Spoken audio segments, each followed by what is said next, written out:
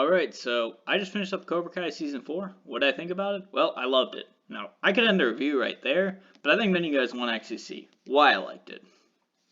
And the reason I liked this one was because it didn't really rehash a lot of the same plots and stuff from the earlier seasons.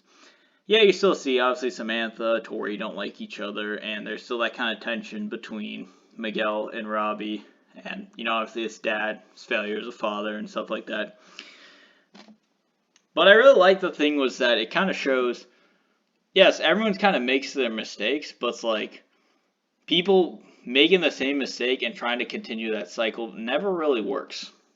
And the whole conflict of the whole show between, at least in the first, I would say kind of like throughout it, was the conflict between Johnny and Daniel. That's always been the basis, and it worked really well here. I like the idea of them trying to like get together, but it's not exactly working how they thought it would.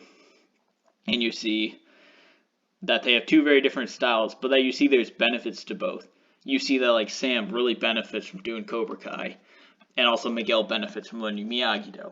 And I really like that. And you kind of see how it's when their pupils, their star pupils, are starting to get, like the other person. They take that as a personal like insult, and they're like, well, you shouldn't be around my daughter, or you shouldn't be around my best pupil, and things like that. I thought it was such a good idea, such a new conflict. And the whole premise throughout there was some of the best. I really liked how they didn't get along at first.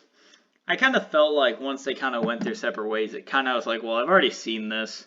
Them trying to compete against each other, but still trying to down to Cobra Kai it. For a while, that kind of felt a little bit, kind of felt a little repetitive. But I like what they did with the end. Like when they're in the final battle, and they both kind of come together, and they both give Samantha advice on what to do. And there also were a lot of other things I think was kind of evident in the earlier seasons that they finally kind of addressed here. Now, one of the problems of the earlier seasons, when you kind of look at it objectively, Samantha is a way worse person than Tori. Yeah, Tori attacked her in the school and started the whole fight, but she was the one who started first. And it was like, they finally kind of addressed that where they kind of show it's like, Tori's kind of like, look, I'm trying to push this by me, but Sam's like, no, I don't want to, yeah, she even attacks her out of nowhere. They got one of the fights. And I was like, I kind of like them showing that, or when, like, Samantha's mom goes and tries to, like, confront her at her job, and she goes and takes her, and, like, ends up getting her fired, and it's like, you can tell it's like, she's looking out for her daughter and trying to do what she needs to, which is, like, a good motherly thing, but then she's also ruining an innocent girl's, like, I wouldn't say innocent, but it's like, going above and beyond for she's just trying to ruin a girl's life for really no reason. And I like that you kind of get to see Tori's side of this, because Samantha she's grown up, she's rich, she gets all these like privileges that Tori never had, and they start examining that. And I like how you kind of get insight into their lives, where it's like she wants to like fight for her brothers, and she has to do all these things to keep up with it, but Samantha doesn't also like. But still, they still hate each other, so they want to so they want to fight each other. And I like that whole scene when they were at the birthday party, and Samantha's mom sees like Sam like attacking Tori, and then Tori goes and like causes a glitter bomb. And rather than her being mad at either one, she's like mad at herself because she's the one who's kind of really instigated this. And I like the character of Mrs. LaRusso.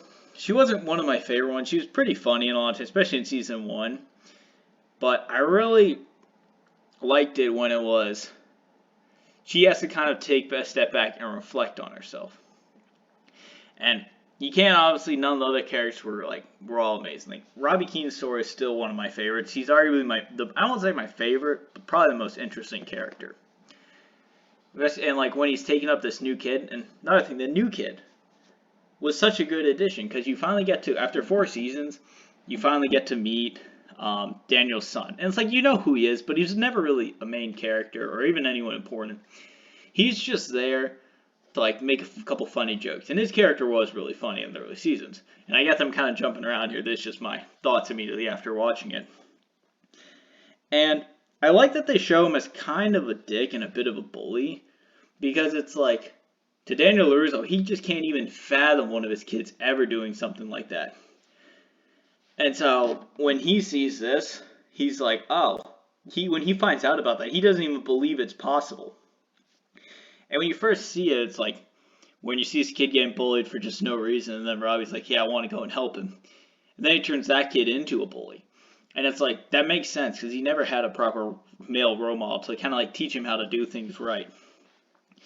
So I really like that one. His storyline was pretty interesting. I like the idea of him, like, even when he's like, he's beating up the LaRusso kids, like, you're rooting for him because it's like these kids were dicks to him for no reason. And then, so it was pretty cool. So I really like that one. And the whole ending when Robbie has to fight him and it's like he doesn't want to hurt him, but he has to.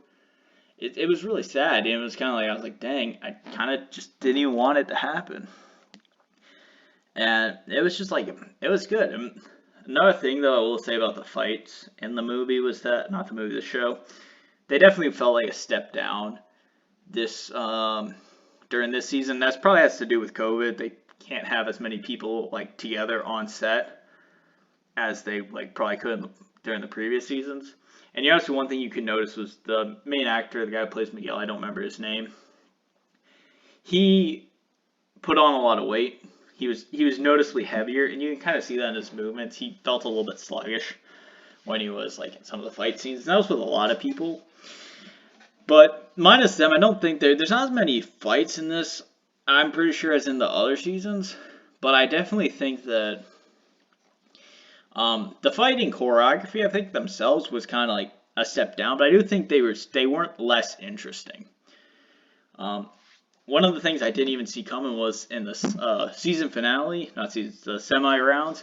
Like obviously you have Miguel and Hawk. We all know Miguel is a better fighter, and you expect the final battle between him and Robbie, and it's not. He gets injured, and it's like, but it's not a severe injury to where it's like he can't even fight. It's like he's like, well, I don't really feel like I'm representing anyone, so he kind of goes out on his own, and I felt like that was such a good step in the right direction for his character, and it feels logical. And then you have Hawk and Robbie. And I always wanted to see that rematch. Because in their first fight, it was like they were pretty even. And Hawk kind of just attacked him out of the blue and got himself disqualified. So it's like, that was also a rematch I kind of wanted to see. And I was really happy that they put that as the final. And Hawk wins. Because Robbie's like conflicted. And he's one of my favorite characters. And I love the journey he's gone on. So I was like, I really liked him. I didn't like the fact that, it took a woman to like snap him out of it. It kind of makes him look weak. So I was like, okay, so need the kiss from that girl, and all of a sudden now he's like, he found his rhythm, and I'm like, okay. Like, you need a woman to like that. You just need some woman who is kind of like not even one of the, who's hot, and that's it. It's kind of like, well, what are you fighting for? You need to find some better reason to be fighting for. So you have that. There was a whole, like, I really liked it. And the fight between Tori and Sam. I like that it was the whole idea of like the mother getting involved. She goes up to her and says, I'm going to go and like, please just don't hurt my daughter too bad. Like, do what you got to do. But like, if you win, win, but win fair. And she's like, I'm obviously rooting for my daughter, but like, I don't want to see you get hurt. And I really like that. It was kind of it was also like building up for the like mom. What was it? Mrs. LaRusso. Because she's always never been like, she's kind of been there and she's kind of acted as peacemaker. But aside from when she gets involved with like Grease, she wasn't really like a main character. She was funny, really funny, especially in the first season. She's like, well, as much as I'd like to see you in your arch rival fight, like, can we not do this right now? And it was pretty funny. But I felt like that was a good moment for her, being able to bring things back. And speaking of like bringing things back, Silver, he was due from Karate Kid 3. I completely forgot about him. Like, I've seen all the Karate Kid movies. I think there was even one, yeah, even there was one where it's like the Karate Girl, which was pretty terrible, but I completely forgot about him. And I like them bringing him back because he was kind of like, at first I was kind of actually, let me rephrase that. At first I was kind of apprehensive about them bringing him back because he was never really that interesting a villain. He kind of just was like a bit of a psychopath. And Karate Kid 3 just didn't really make a lot of sense from like narratively. But I like what they did with him. They kind of toned back the wackiness. He's a lot more calculated. He is a lot like Kreese. but you kind of get the vibe that's like he has his own plan. He knows what he's doing, and at first it was kind of like he kind of just came in there and just completely stole kind of just completely. Kreese just wasn't a thing once he got there, and at first I was like, well, I don't really like Kreese kind of being the like side villain to this guy, but as it went on and you see that's like. But as it went on, I really liked it, where Kreese kind of asserts his dominance. He's like, no, I'm the one in charge here. I don't have a weakness. And it goes on and like that stuff. But you still can kind of get the vibe. These two guys are not on the same level. And then, obviously, the ending where he like sets him up and they bring back Stingray, who's a funny character. Not really someone I'd be lying if I would say he's one of my favorites. But he's pretty funny. And they brought him back. He ends up screwing... John Kreese over, and I was like, oh, here we go.